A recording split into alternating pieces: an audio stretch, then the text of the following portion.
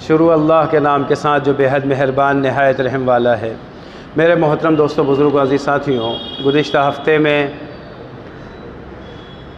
یہ سورہ نساء کا 13واں رکوع کا نصف ابتدائی بیان کیا گیا، جس میں اللہ رب العزت کی طرف سے یہ احکامات جاری کیے گئے تھے کہ اگر کسی مسلمان نے کسی مسلمان کو عمدن، خطاً یا شبہ عمدن 3 قسم کے قتلوں میں سے کسی ایک قسم کا قتل کیا ہے تو اس پر کیا سزا ہوگی اور کیا حکم نافذ ہوگا، یہ واضح طور پر بیان کیا جا چکا۔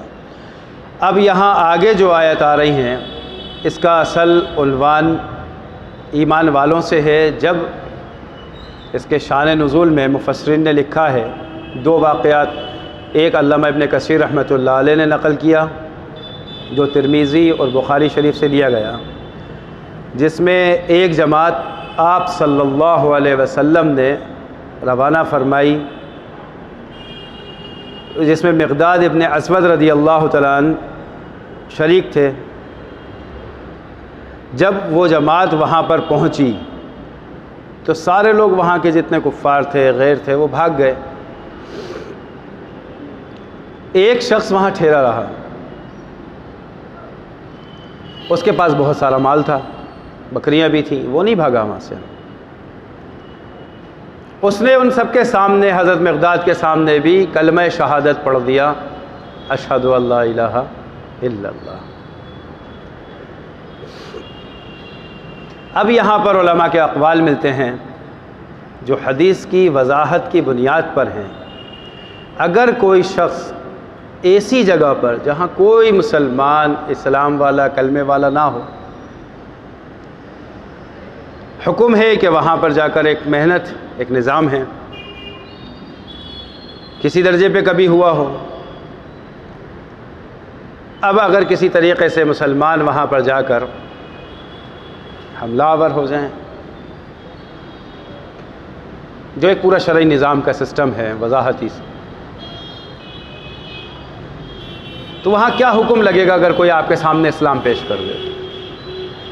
جبکہ آپ کو امکان ہے، پورا یقین ہے کہ کوئی مسلمان اس پورے علاقے میں نہیں ہے، آپ پہنچے اور سب ڈر کے بھاگ گئے، کسی نے مقابلہ نہیں کیا، تو معاملہ ویسے ختم۔ اب جو جتنا مال بچا وہ سارا مال غنیمت شریعت کے حساب سے کہلائے گا، جو حلال ہوگا۔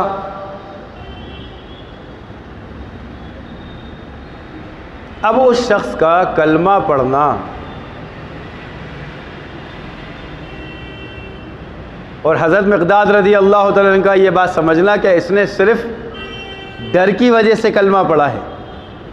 کس وجہ سے؟ ڈر کی وجہ سے، کہ اس کو یہ خوف ہوا ہوگا کہ اب تو حملہ ہوگا، لہذا کیا کرو، کلمہ پڑھ لو۔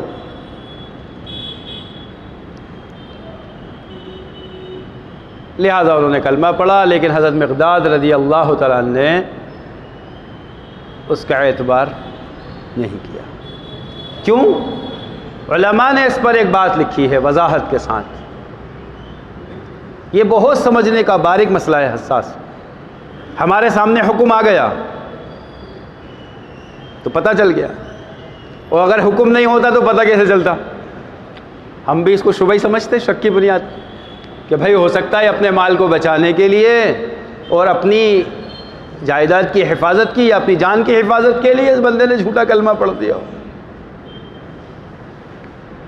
اب شریعت کا موقف دیکھنا ہے ہمیں اس پر کہ شریعت کا حکم کیا لگتا ہے۔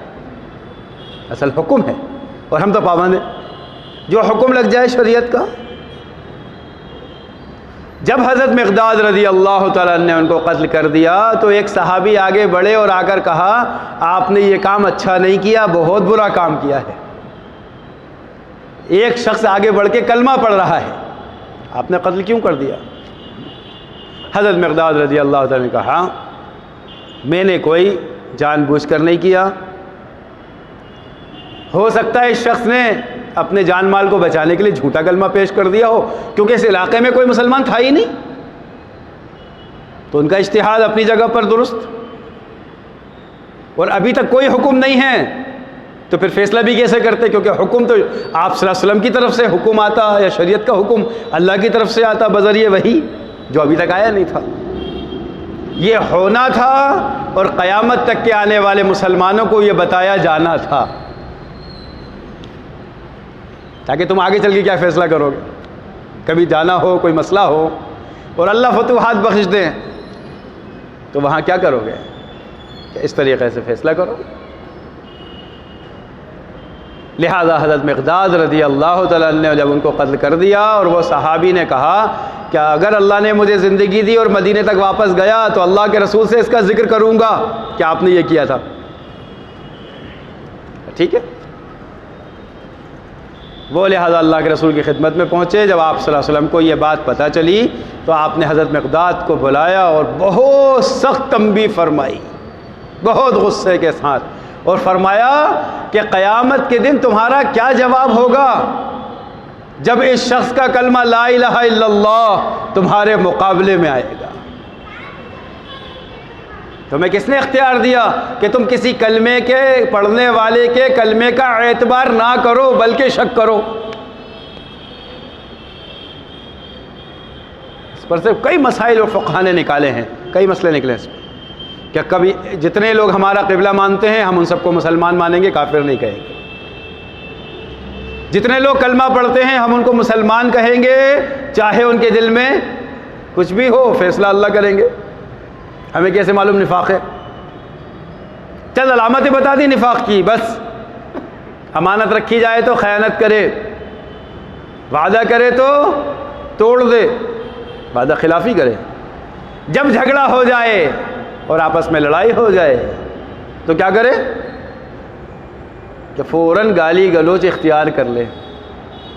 منافق کی علامت ہے، فوراً کائے پہ آ جائے، گالی پر. غور کریں ہم اس بات پر، آج ہمارا کیا حال ہے اور عمل کیا ہے. یہ نفاق کی علامت ہے. تو یہ علامت نفاق کہہ سکتے ہو، مطلق منافق کا فتویٰ بھی کوئی نہیں دے سکتا. علامتیں منافق کی ہیں، وعدہ خلافی کرنے والا، خیانت کرنے والا. کیونکہ یہ علامتیں کسی نے بیان نہیں کی، کیونکہ خود اللہ کے رسول نے بیان کی ہیں، حدیث میں ہے، تو علامتیں مل گئیں. ورنہ حکم لگانے والے ہم کون ہوتے ہیں کہ یہ منافق کہ نہیں؟ دو حکم لگتے ہیں واضح طور پر، یا تو مومن ہوگا یا کافر ہوگا. منافق کیسے تھے؟ ان کا ذکر اللہ نے خود فرمایا قرآن میں. تو اللہ بہتر جانتے ہیں کون منافق ہے.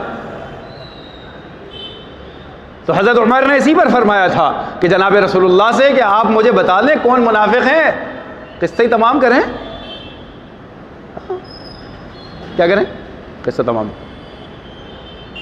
اللہ کے رسول نے فرمایا نہیں عمر، اللہ نے مجھے یہ حکم نہیں دیا کہ ساتھ میں رہنے والے کلمہ پڑھنے والے ان کا قتل کیا جائے. لوگ یہ کہیں گے کہ لو اپنے کلمہ پڑھنے والوں کو ہی مارتے ہیں. اس طرح امت بنائی، جبکہ اللہ کے رسول کے پاس جبرائیل کی آمد و رفت تھی اور آپ نے ان صحابی کو سب بتایا جن کا نام حضرت صاحب السر کون ہے، رازدار حضرت حذیفہ، جن کو سب بتا دیا، سارے راز دے دیے اور قیامت تک کے آنے والے منافقوں کی فہرست بھی بتا دی. یہ ہوں گے. یہاں تک کہ آپ نے ہر اس جماعت جو منافقت پر بنے گی، چھوٹی سی کیوں نہ ہو، اس کا سردار کون ہوگا، کذاب کون ہوں گے، فتنے کیا ہوں گے، سب حضرت حذیفہ کو بتا دیا آپ صلی اللہ علیہ وسلم. اس لیے حضرت عمر رضی اللہ تعالیٰ عنہ کے دور خلافت میں آپ کا بڑا اہتمام تھا اور اس پر بڑا اہتمام فرماتے تھے. آپ فوراً آتے اور دیکھتے جنازے میں حضرت حذیفہ ہیں کہ نہیں ہیں. اگر جنازے میں حضرت حذیفہ شریک ہیں تو شریک ہو جاتے. جانتے تھے کہ یہ مومن کا جنازہ پڑھیں گے، منافق کا تو پڑھیں گے نہیں. اور جنازے میں نہیں ہوتے تو پوچھتے حذیفہ کہاں ہیں. یہ تھے وہ. تو ان کو پتہ تھا اور انہوں نے یہ راز فاش نہیں کیا. ایک دفعہ حضرت عمر رضی اللہ تعالیٰ اپنے دور خلافت میں آئے اور آ کر پوچھا میرے جتنے والی ہیں نا، گورنر اپنے دور خلافت میں پوری دنیا میں، ایک تہائی دنیا پر جو پھیلائے ہیں، ان میں مجھے بتاؤ کوئی منافق ہے؟ اگر ہے تو میں اسے ہٹا دوں. دیکھو یہ تو بتانے کا حکم اللہ کے رسول نے مجھے نہیں دیا، بتا نہیں سکتا، لیکن ہاں ایک ہے، نام نہیں بتاؤں گا، نام نہیں بتایا، ایک منافق ہے آپ کے دور خلافت میں جس کو ذمہ داری دی گئی ہے، لیکن نام نہیں بتاؤں گا۔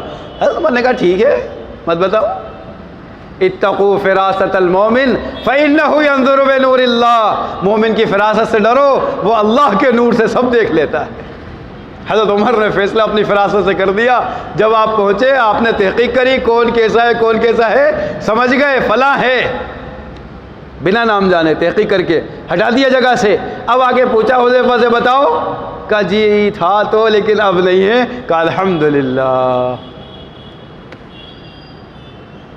تو منافقوں کا حکم تو کوئی بھی نہیں لگائے گا، یہ اللہ کو بہتر معلوم ہے کہ نفاق